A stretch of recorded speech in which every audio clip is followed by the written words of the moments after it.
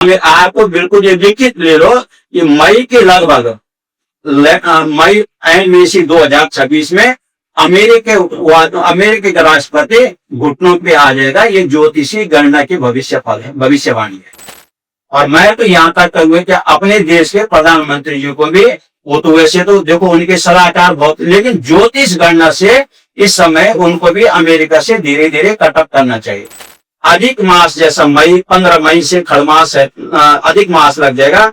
उस समय बड़े लेवल के इंटरनेशनल जो नेता होते हैं उनमें किसी देश का पर इतना गणना नहीं की, पर किसी ने, चाहे अमेरिका हो, चाहे फ्रांस हो, चाहे इजराइल हो, चाहे हिंदुस्तान हो, चाहे पाकिस्तान हो, इनमें से किसी बड़े नेता की मृत्यु निश्चित है। जुलाई के महीने में या उस नवंबर के टाइम पे बड़ा भूकंप आएगा जिससे धन उसकी हानि होगी।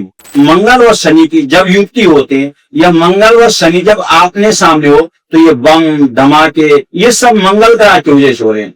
और शनि ग्रह इनको और ज्यादा डिले और ज्यादा काट मार वाली बात है। 2 अप्रैल से लेकर और 29 अप्रैल तक पाकिस्तान हो गए, ईरान हो गए, लेबनान हो गया, इराक हो गए, इनमें किसी न किसी का क्षेत्रफल के हिसाब से दूसरे कंट्री इनको हड़प लेगी। नमस्ते and welcome to the show. आजकल हर तरफ बस एक सवाल है, क्या वर्ल्ड वॉर फिर से होने वाला है? न्यूज खोलो तो टेंशन, सोशल मीडिया खोलो तो डर। हर इंसान के मन में कहीं ना कहीं एक अनसर्टेनिटी है। आज दुनिया में जो कुछ भी हो रहा है, वॉर, कॉन्फ्लिक्ट, टेंशन, क्या ये सब बस पॉलिटिक्स है या पॉलिटिकल डिसीजंस के आउटकम, या इसका कनेक्शन एस्ट्रोलॉजी से भी है? आज के एपिसोड में हम इसी कनेक्शन को समझेंगे। ग्लोबल वॉर और कॉस्मिक पैटर्न, लेट्स डिटॉक्स।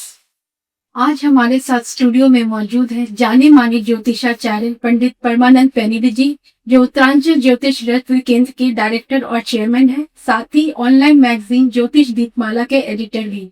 पंडित जी, आपका बहुत स्वागत है हमारे शो में। बहुत बहुत धन्यवाद जी।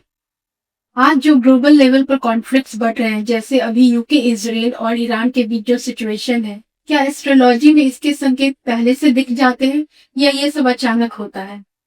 नहीं, अचानक नहीं होते ये सब भविष्यवाणी। आप हमारे यहाँ पंचांग होते हैं, 5 चीज, तिथि, बार, नक्षत्र, योग और करण, उनसे पुस्तक, उसका नाम होता है पंचांग। साल भर का, वैसे 100 साल का भी एक गणना कर रखी है हमारी ऋषि मुनि ने, लेकिन एक पंचांग होता है 1 साल का, मार्च से मार्च चलता है, वो जो हिंदी महीना होता है 1 साल का होता है। उसमें सब आप देखेंगे तो उसमें लिखा है सब कि कब क्या होगा, कब भूकंप आएंगे, यहाँ तक कि सबसे पहले लिखा है कि कितने 100 भूकंप आएंगे, कितने 1000 भूकंप आएंगे। ये सब गणना फिक्स हो रही है कि सूर्य ग्रहण कितने लगेंगे, चंद्र ग्रहण कितने लगेंगे, ये सब पहले से निर्धारित है। ये केवल उस समय के जब ग्रहों की तिथि, नक्षत्रों की, जब अपने जो भी नक्षत्र होते हैं, जो भी जैसे सूर्य, चंद्र, मंगल जब चेंज होते हैं अपने राशियों से, तो उस समय कुछ ना कुछ हलचल हो जाते हैं। उसी में फिर आदमी कहते हैं कि उस देश ने ये कर दिया, उस देश ने, ये सब फिक्स पहले से बने रहते हैं। वॉर होने से पहले एस्ट्रोलॉजी क्या संकेत देती है? बहुत सारे, आप आज की डेट में तो ये पत्रकार हो गए, यूट्यूब चैनल हो गए, बहुत सारे पहले से भविष्यवाणी कर रखे हैं कि फरवरी में क्या होता है, मार्च में क्या होता है। मैं आपको एक छोटी घटना बता दूं कि जो अप्रैल का महीने जो आने वाला है, 2 अप्रैल से लेकर और 29 अप्रैल तक पाकिस्तान हो गए, ईरान हो गए, लेबनान हो गया, इराक हो गए, इनमें किसी न किसी का क्षेत्रफल के हिसाब से दूसरे कंट्री इनको हड़प लेगी। पंडित जी, जैसा कि आपने अभी बताया, इनमें से कई देशों के क्षेत्रफल जो है घट जाएंगे, कुछ हड़प लिए जाएंगे, तो क्या स्पेसिफिकली कोई देश है जो आपको लगता है कि बिल्कुल, मैं बिल्कुल नाम लेता हूँ ज्योतिष के हिसाब से, व्यक्तिगत ज्योतिष के हिसाब से।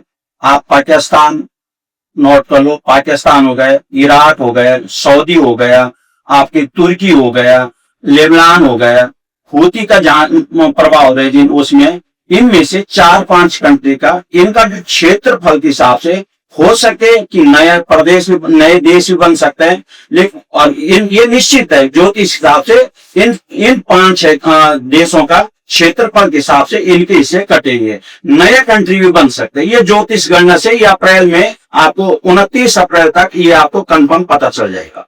पंडित जी, अब हम वॉर को कॉस्मिक पैटर्न से समझेंगे। जैसा कि आपने पहले भी बताया कि जब कोई वॉर होती है तो उसमें ग्रह और नक्षत्र का बहुत बड़ा हाथ होता है।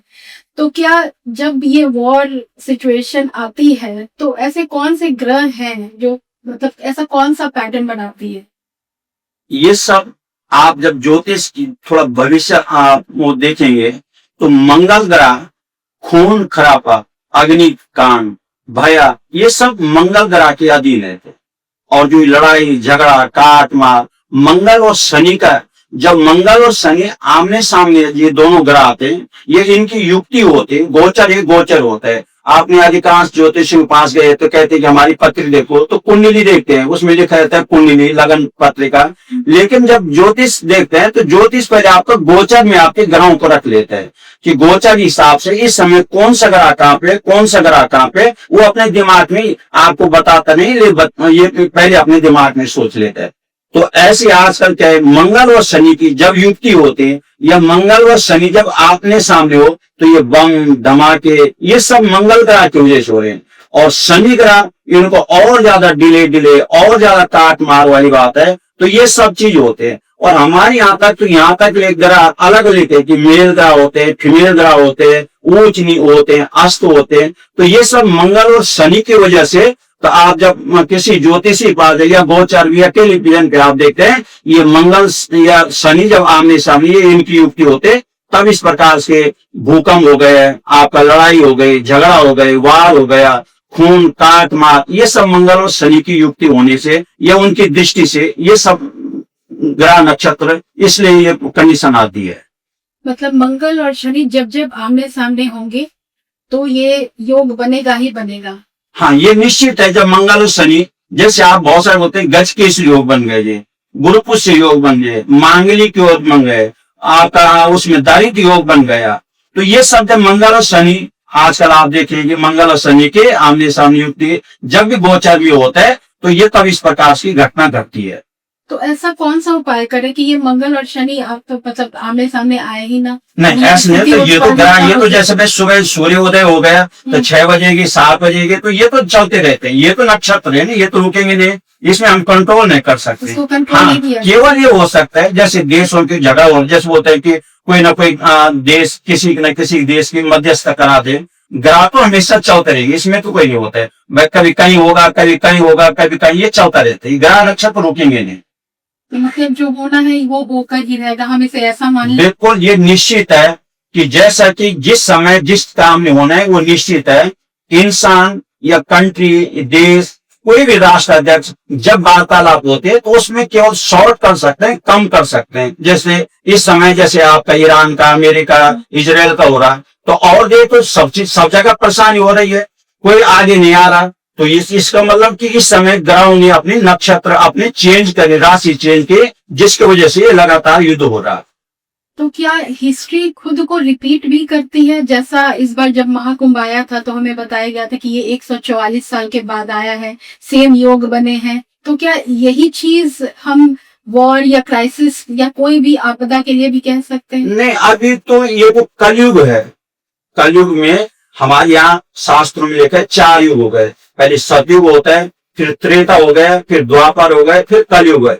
और इनकी निर्धारित आयु रखी है। भाई जैसे हम 120 साल इंसान जिएगा, 121 साल आप ज्योतिषी भगवान कह रहे थे विंशोत्तरी महादशा, यानी विंशोत्तरी 120 साल तक इंसान जीवित रहेगा, कोई 121 साल नहीं रहेगा। उसी में हमारा जब जन्म हुआ तो कौन सी दशा में, सपोज अप्रैल में हमारा जन्म हुआ, 15 तारीख अप्रैल हमारा जन्म हुआ, तो 15 तारीख हम उस महीने के केवल 15 दिन देख सकते हैं। तो हमारा वो भुक्त हो गए और जो भोगे होगा वो 15 दिन होंगे।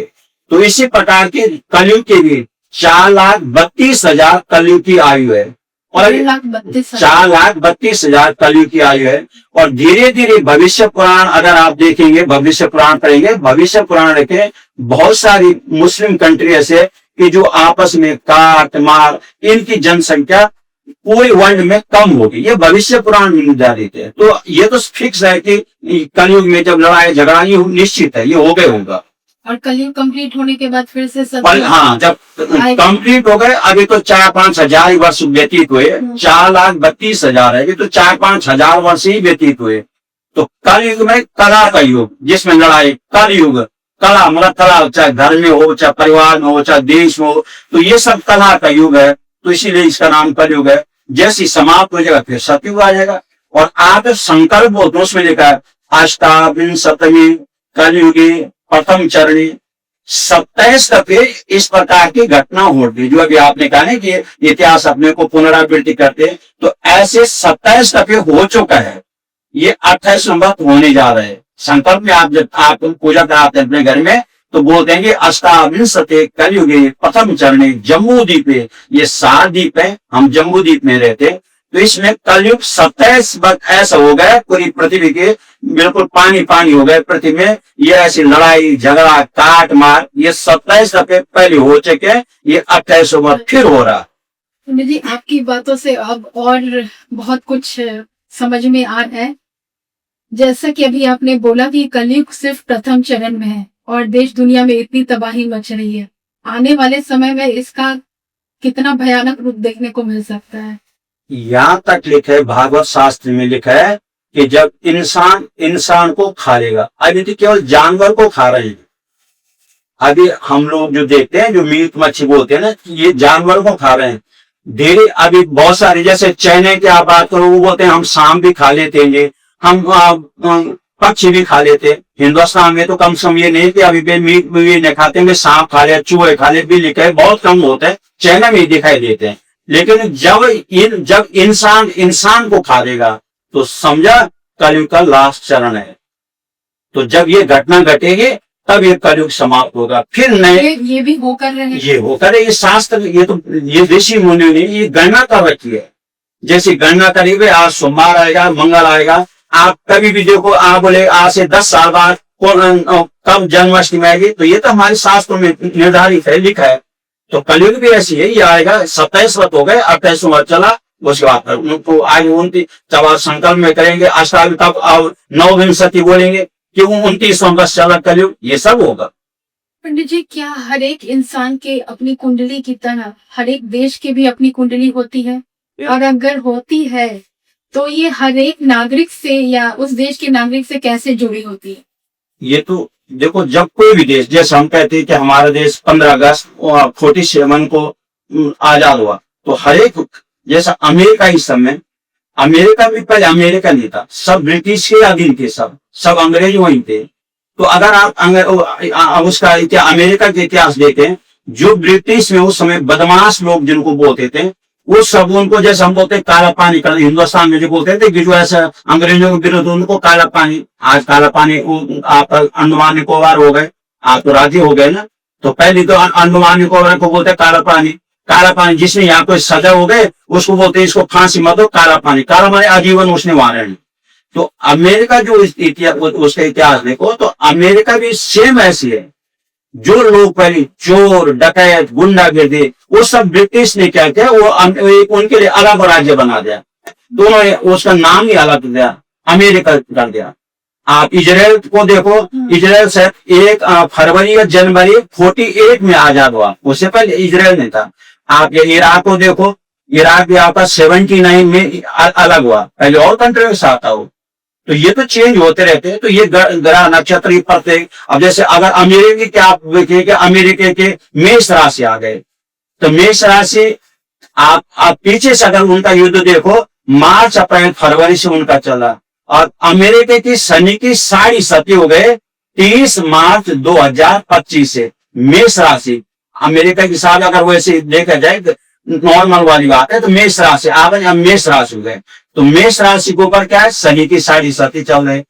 तो इस समय अमेरिका के ऊपर शनि की 7.5 चल रही है। अच्छा, ये ये और आपका अगर इजराइल की, अगर कुछ ना किया जाए तो क्या जब ये 7.5 समाप्त होगी तो क्या मान लें कि युद्ध भी रुक जाएगा? युद्ध आपका 1.5 साल तक कभी चलेगा, जब तक शनि की 7.5 रहेगी तब तक ये चलेगा।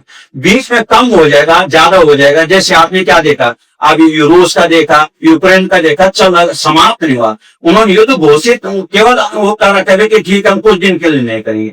तो वैसे अगर इजराइल की राशि देखी, वृष राशि आ गए, और आपके ईरान की राशि देखी तो उसकी भी वृष राशि है।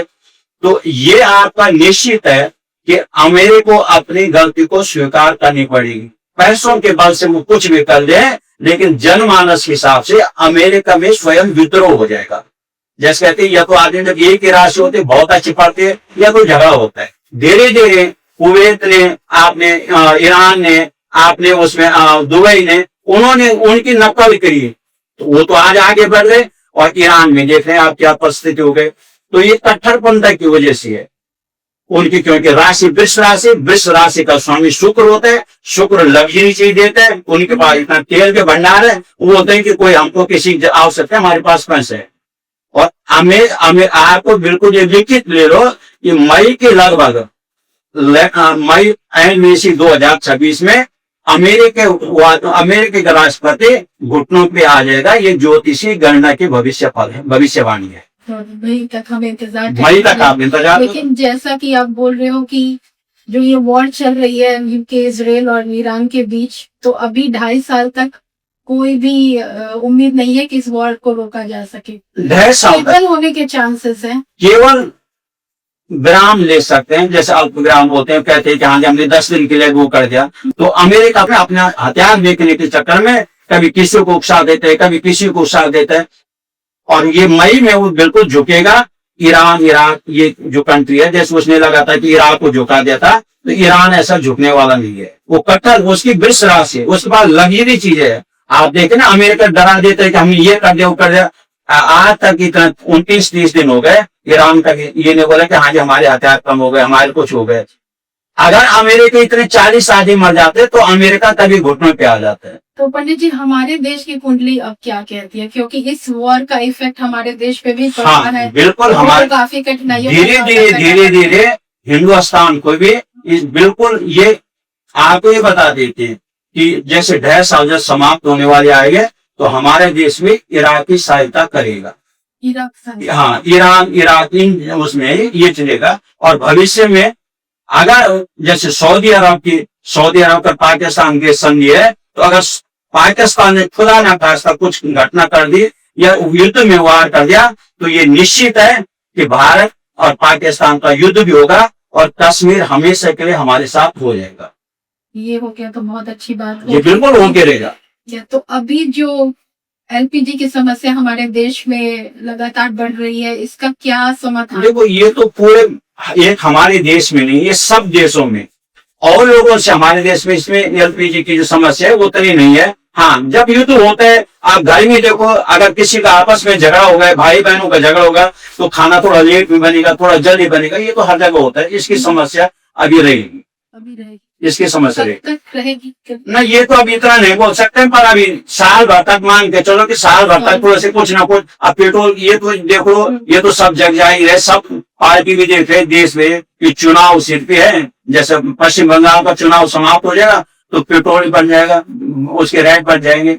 ये तो देखो, कोई भी सत्ताधारी पार्टी हो, चाहे कांग्रेस हो, चाहे बीजेपी हो, चाहे आपका समाजवादी पार्टी हो, कोई भी पार्टी हो, तो जिसकी सत्ता रहती है वो कुछ ना कुछ अपना स्वार्थ निकालते हैं। तो जैसे बंगाल के मई में, बंगाल 4 मई या 9 मई को रिजल्ट आ जाएगा, उसके बाद तुरंत देखना गैस भी बढ़ जाएगा और पेट्रोल बन जाएगा।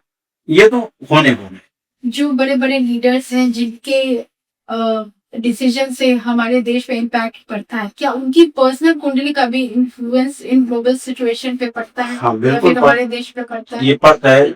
अभी आपको और बता दूं कि ये 2 अप्रैल के बाद से और मई के लास्ट तक हमारे, हम ये नहीं बोल सके हिंदुस्तान, ये जो 4-5 कंट्री जो बड़े, चाहे आप इजराइल हो, चाहे इंडिया हो, चाहे अमेरिका हो, चाहे जैसे यहाँ भी उन्होंने खामनेई जी को मारा, तो यहाँ भी उसमें हमारे देश में भी हो सकता है ऐसा, या अमेरिका भी हो सकता है, इजराइल में होता है। कोई जो बड़ा विश्व का बड़ा नेता है उसकी मृत्यु मई के लगभग हो जाएगी। अभी खरमास चल रही है और खरमास जैसे उसके बाद अधिक मास आएगा। अधिक मास जैसा 15 मई से खरमास है, अधिक मास लग जाएगा। उस समय बड़े लेवल के इंटरनेशनल जो नेता होते हैं उनमें किसी देश का तो इतना गणना नहीं की, पर किसी ने, चाहे अमेरिका हो, चाहे फ्रांस हो, चाहे इजराइल हो, चाहे हिंदुस्तान हो, चाहे पाकिस्तान हो, इनमें से किसी बड़े नेता की मृत्यु निश्चित है। ये गणना के साथ 2026 मई तक तो इनकी निश्चित है। 15 मई 2026 तक किसी न किसी बड़े लीडर की मृत्यु अवश्य होगी। वो अपने देश भी हो सकते हैं, दूसरे देश भी हो सकते हैं, अच्छा, ये निश्चित है। क्या आने वाले समय में हमें कोई बड़ी आपदा या संकट का सामना करना पड़ सकता है? देखो आपको पहले बताएं कि कलयुग में जो जैसे कहते हैं कि सुबह उठे तो समस्या इंसान की हमेशा है, तो समस्या तो धीरे धीरे क्योंकि जनसंख्या इतनी बढ़ रही है, लोगों का क्षेत्रवाद हो गया, कई चीजें ऐसे होते हैं, तो समस्या तो हमेशा रहेगी। ये कोई बड़ी आपदा, आप बड़ी आपदा भूकंप आ जाएगा। भूकंप हाँ, भूकंप आपका जुलाई के महीने में या उस नवंबर के टाइम पे बड़ा भूकंप आएगा, जिससे धन उसकी हानि होगी। ये साल थोड़ा सी है कि क्योंकि शनि की साढ़े साथी चलती हुई साढ़े साथी ने, तो कोई भी गिरावट ये तो आते समय या जाते समय कुछ न कुछ ऐसी घटना करा देते हैं कि जो इंसान को हानि होती है। तो नवंबर दिसंबर के टाइम पे ऐसा भूकंप आएगा हमारे देश में, हाँ हमारे देश में कोई हमारे देश के अपने देश की बात करें कि हमारे देश में नवंबर दिसंबर में ऐसा कोई भूकंप आएगा, या जैसे बारिश से रोड टूट जाते हैं बहुत सारे ऐसे, तो जुलाई और नवंबर के बीच में ये हमारे देश में भी ये घटना घटेगी। पंडित जी, पहले के टाइम में देखा जाए या पहले के युग की भी बात करें, सतयुग में और इसमें, तो जो राजा महाराजा हुआ करते थे वो यज्ञ करवाते थे, हवन और पूजा करवाते थे, ताकि कोई बड़ी आपदा या युद्ध को रोका जा सके। तो आज के मॉडर्न टाइम में यही उपाय या स्पिरिचुअल या एस्ट्रोलॉजिकल रेमेडीज करके हम इसे रोक सकते हैं? पहले आप सतयुग की बात करें, हिरण्याकश्यप था, तो इतना बड़ा दैत्य था कि वो देवताओं की मारने के लिए हो गए, उसने पूरी पृथ्वी को पाताल लोक में ले गए थे। तो पहले भी भवन तो भव्य पक्षपात हमेशा हुआ और हमेशा होगा। तो जो सतयुग में नहीं थी, सतयुग में सब धार्मिक ही थे। आप बावन भगवान का देखो, राजा बलि ने उसने ऐसा यज्ञ किया जिस देवता भी डरने लगे, हिरण्याकश्यप हुए, बहुत सारे ऐसे मानदाता हुए। तो पहले भी ये तो देखो सृष्टि का ये तो नियम है कि जन्म है तो मृत्यु भी है, मृत्यु है तो जन्म भी है, बीमारी है तो दवाई भी, दवाई है तो बीमारी, ये तो लगाई। ये तो भगवान ने सृष्टि का निर्माण करके है। कोई किसी चीज से परेशान, कोई तन से, कोई धन से, कोई मन से। आप बड़े बड़े राजघरानों में देखो, बड़े बड़े जो उसमें कंपनी के मालिक होते हैं, उनके यहाँ संतान की कमी होते हैं। आप मानव की तो बात करो, देवताओं की बात, लक्ष्मी जी क्या आप बोलते हैं, भगवान विष्णु की पत्नी है लक्ष्मी, और लक्ष्मी के पास सब चीज है, पैसे ले जाओ तो लक्ष्मी के पास जाओ। तो लक्ष्मी की खुद संतान नहीं है।